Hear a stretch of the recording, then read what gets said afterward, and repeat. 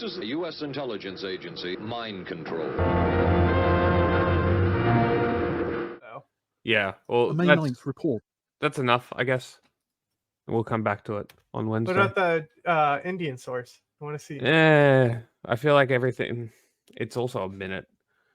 Yeah, I mean, this is really what we know right now. Yeah. The devil is dead. You missed it all. But most of the jokes I've already made are on Instagram, you know. Watch details what it says is the ongoing ethnic cleansing being carried out by the Rapid Support Forces, or RSF, and its allied militants in the Darfur region of Sudan. That was the leader report right says there. The RSF, an ethnic Arab paramilitary group, has targeted the non-Arab Masalit people, killing thousands, although the report did not specify how many. The UN says about 8.8 million people have fled their homes in Sudan since the fighting broke out in April of last year. That horse The is so report skinny. calls on the United Nations and the African Union to implement an arms embargo on Sudan to help prevent further violence. There are many lessons learned that the international regional community seems not to grasp or move forward into action to prevent further atrocities. We've been raising the alarm bell, even as I mentioned, this from 2020 onward. Your country made the mistake of not investing in the Americans, so now they don't give a fuck about you. Osman says neither the UN nor the Which is African crazy Union because had there acted was on the report. the first Darfur genocide. Wait, somebody did send me the link on because we'll probably pull it up for Friday because I love Golden Division. Whoops, meant to type in the Fedayeen. Two very different things. I'm less excited now. But anyway, the first Darfur genocide, there was so much. I can't click links through here. Send it to me on Twitter. The first Darfur genocide, they had a ton of because it was also the South Sudan war, because it was framed as Muslims are killing the Christians. So the Crusader class came in and really, really got behind South Sudan and made it able to basically withdraw from Sudan. And there was a lot of attention on the Darfur genocide. It used to be a household name. People knew what it was. Maybe not where it was on a map, but they've heard the term. My generation more than likely would have encountered somebody who was known as a lost boy from Sudan. Okay. That was a thing. We even had one speak to us in high school. So the fact that nobody gives a fuck right now. Well, also at the same time, what also sucks is who would America give a fuck about? America needs a fucking side to throw money at and arms at, because that's the only thing they know how to do. Oh my god. Oh my god. What? PSL? No.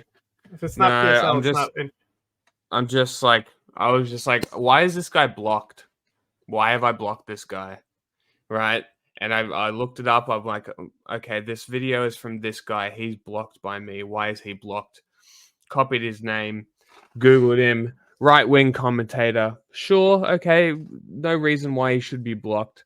Between 2008 and 2010s, he wrote for an alt-right white supremacist publication. That's why. I must have seen something. I'm like, fuck this guy. See you later. So that makes total sense. Still no idea who he is. Fuck that guy. I didn't see only news. I don't give a fuck because Twitter's not a real The African Union place. did not respond to VOA's request for an interview, nor did the Office of the UN Secretary General's personal envoy to Sudan. In April, UN Secretary General Antonio Gutierrez said crimes against humanity he's shorter have been than I committed in thought. Darfur. He's a little man. Expressed grave It's concern like a little munchkin about the man. ongoing fighting. Osman, meanwhile, expressed his frustration. I think we need to have a conversation around the moral and political responsibility at the same time, because you can't come forward saying you stand with the people of Sudan and continue to express your solidarity, but in terms of action, when people need it, you're not going forward with that. Yeah, Osman says the international community must work together to end what do the you want crisis. the Americans to do? The best thing you'll get is a UN peacekeeping force, and that's why Sudan sucks. It's a shitty fucking conflict. All conflicts are shitty, obviously. But it's I don't even know a solution. At first it was maybe Egypt will stand up and help mediate some stuff. No. Pussy country once again does pussy things. is responsible to account, aside from implementing an embargo. I think bringing Darfur and the situation in Sudan to the focus on the agenda, engaging with the Sudanese stakeholders, not only the political or the military elites, talking to civilian groups, talking to civil society, talking to the displaced and refugee communities. The UN peacekeeping force that had been sent to Darfur after the 2003 genocide left the region in 2021, prompting a renewal in the targeting of Masalit and other black ethnic groups. Analysts say the civil war that began in Sudan last year has made matters worse and led to a breakdown in law and order. Lee Wilkins, VOA News.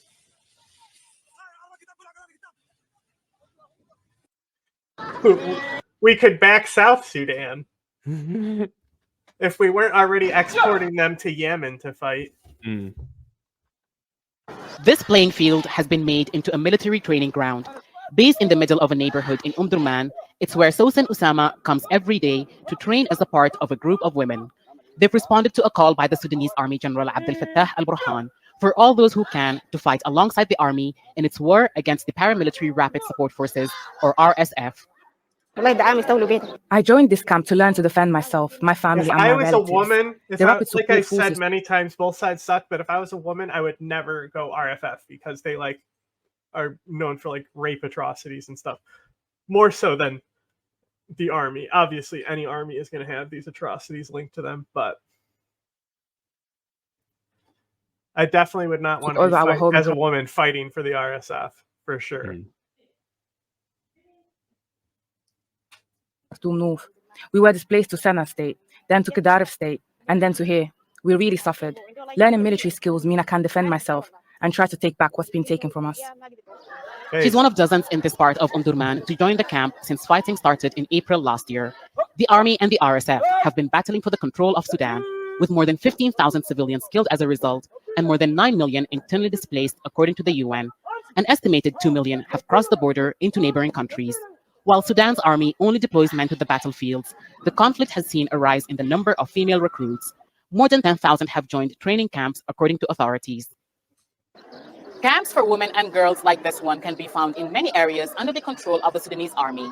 That's largely the result of what they've been subjected to since the start of the conflict, with sexual violence against women being carried out by both sides. Rights groups also accuse the RSF of sexual slavery and abducting girls.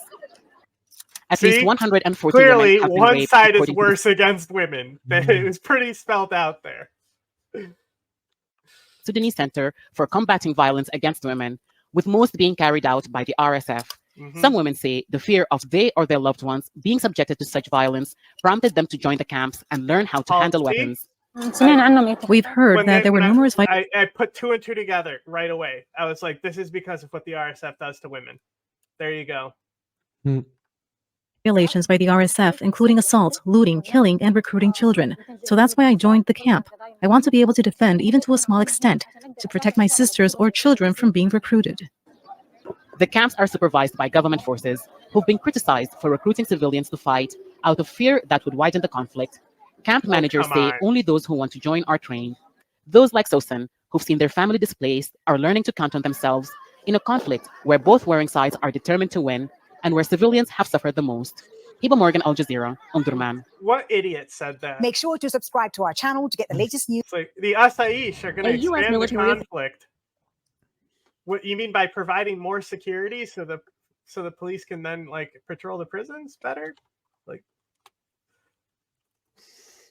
Official has told VOA that U.S. and Nigerian leaders agreed American forces will begin a phased withdrawal from Niger in the coming months after being in the country for over a decade. Hey, Official added that participants in negotiations What? this week confirmed protections and immunity their for U.S. flag personnel. showed up, and I said, "Hey, India." Officials in Niger also approved diplomatic I don't think I've ever seen their flag. clearances for the withdrawal flights to ensure smooth entries and exits during the pullout of U.S. forces. They got the who are in the Irish country to colors, help just local like the militaries Ivory combat Coast. Islamist terrorists in the Sahel. Countries like Mali, like Niger, like Nigeria, Burkina Faso, these have seen an expansive rise in jihadist movements. These are some of the most dangerous areas in the world. The United States spent more than $100 million building a drone base near the central Nigerian city of Agadez to surveil Al-qeada, the Islamic State, and other terror groups. Because of the withdrawal, the U.S. Because the region the insurgents are in has nothing there. Just like how Afghanistan had nothing there, and that's why terrorist camps sprung up there and nobody did shit about them. It's actually those places where nobody lives that you have to worry about the most sometimes. U.S. base will end its drone surveillance there about 5 years after drone operations began. Nothing for imperialists in the sense that it had one of the few democratically elected governments in the region, and also a democratically elected government that was friendly to the U.S. and willing to host a U.S. military presence. And so finding a replacement for a military base is going to be somewhat difficult. Martinez McKine says the U.S. will likely reach out to neighboring Chad to base more American troops following Chad's presidential election earlier this month. Chad and the U.S. are currently reviewing their security cooperation agreements. That would honestly, we're going to continue to stay engaged with partners in the region. This might be a very good thing. Like if we capitalize and put pressure on them to continue moving to a civilian government, like they're like showing the optics of, even though I don't believe that for a second, because like, come on, look at the guy's father. But at the same time, I'm the guy who says Gaddafi's son should go into Libya, even though I hate Gaddafi.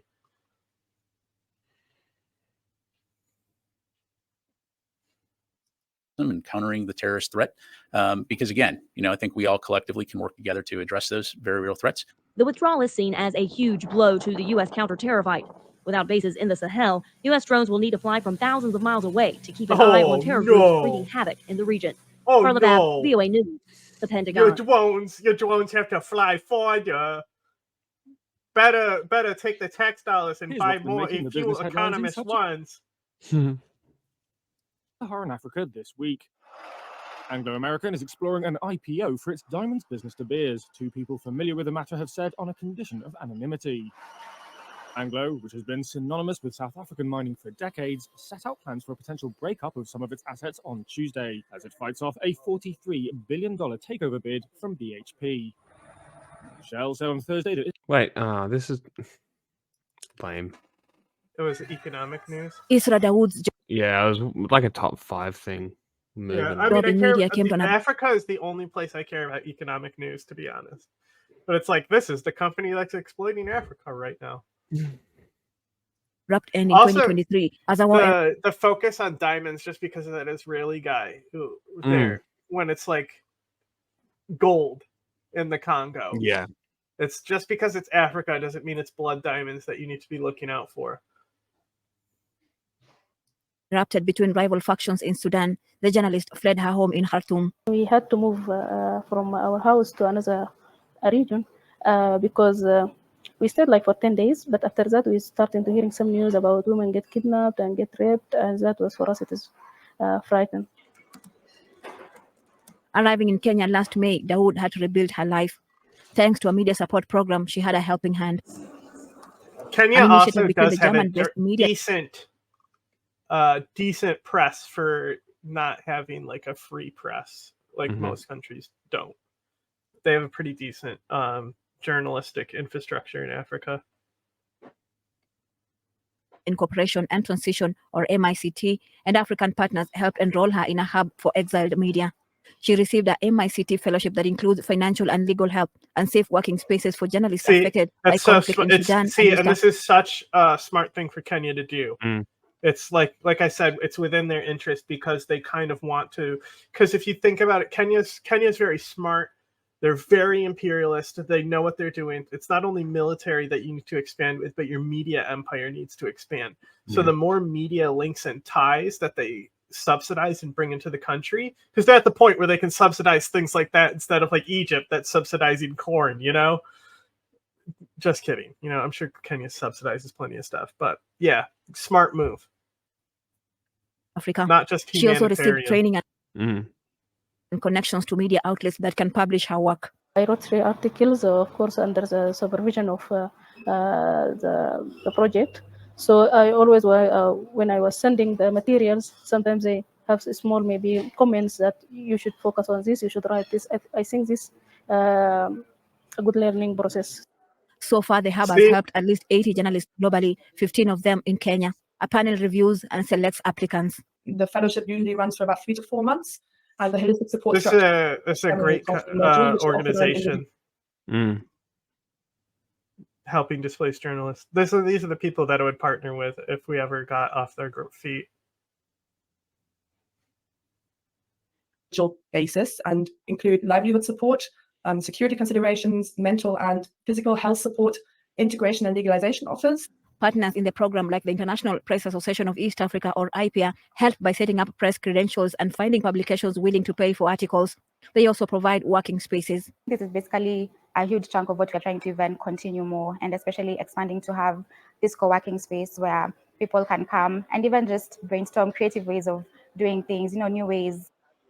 Conflict and repression are forcing hundreds of journalists to exile each year, say UNESCO. You also have journalists who face political repression, legal harassment, censorship, risk of retaliation from criminal groups, or simply lack of job opportunities and weakening media landscape.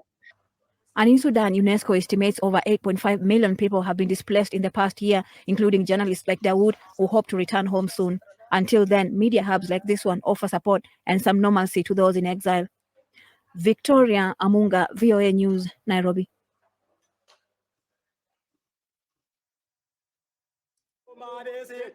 South Africa's top court has ruled that former President Jacob Zuma is not eligible to run for parliament in this month's election. This was a closely watched decision because of its potential to influence the outcome of the vote. Zuma, who was forced to quit as president in 2018, has fallen out with the governing African National Congress. Instead, he's been campaigning for Umkhonto we Sizwe, a new party named after the ANC's former armed wing. Opinion polls suggest that the ANC's majority is at risk for the first time in 3 decades, and MK, as it's known, is a threat, especially in Zuma's home province of KwaZulu-Natal.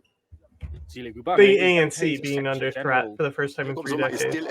Yeah, I heard about this the other, I think, last week. They were talking about it. So it's pretty interesting. Monday's ruling stems from a decision by South Africa's Electoral Commission in March to disqualify Zuma. I was lambasted with a punitive jail sentence. That was on the basis that the Constitution prohibits anyone given a prison sentence of 12 months or longer from holding a parliamentary seat. Zuma was sentenced to 15 months in 2021 for failing to appear at a corruption inquiry. The jailing triggered riots in KwaZulu-Natal, in which more than 300 people died and which morphed into a wider Jesus fucking Christ. In April, a court overturned Zuma's disqualification, saying the relevant section of the Constitution only applied to people who had had a chance to appeal their sentences, which had not been the case with Zuma. The Electoral Commission then challenged that decision at the Constitutional Court, resulting in Monday's ruling. 13 months into the conflict in Sudan, refugees are still crossing into Chad. Despite tough conditions in the camps, families arrive in their numbers. Aid agencies say between 200 to 400 people cross the border. All the children are getting taken by the U.S. Sometimes they have to cross. The U.S. that's the real reason the U.S. are going into Chad. They want more of those Sudan children to send to conflict. Child soldiers. The Chadian border because people were eating grass that is eaten by animals. That's how they get the strength to reach the Chadian border. We're animals, so hundreds of thousands of people from the city of El Geneina in West Darfur, who are already in the border area of Adre, are still waiting for shelter. Aid agencies are struggling to provide even one meal a day. Now the United Nations says thousands more are fleeing fighting in the North Darfur's capital, El Fasher. It's the Sudanese army's last stronghold in the region, and the Rapid Support Forces have laid siege to the city for weeks. There is active conflict going on, artillery attacks by the Rapid Support Forces, air bombardments by the Sudanese armed forces that are leading to massive new displacements internally within the city, and people are trying to flee from the city to get out to safer areas, but are finding that very, very hard to do because of chronic insecurity in the countryside surrounding. Further north, large numbers from Sudan cross into the town of Chile. It's why the United Nations is stationing food trucks to help the new arrivals. My wife and I sleep on the floor. With no food to eat, I go out every day to look for menial jobs to earn money to feed my wife and children. The United Nations estimates Chad could soon be hosting 1 million refugees in a country where 42% of the population lives below the poverty line. Aid agencies say they've only received a fraction of the funding needed and warn that many refugees are already malnourished when they arrive. On this story jokingly, but that last one is kind of serious. 42% underneath the poverty line is not bad for considering Sudan and what's going on and what has gone on in that country. At risk of dying. Ahmed Idris, Al Jazeera. Make sure to subscribe to our channel to get the latest news from out. To Syria. Was for a while. Wait, India. All right, next block.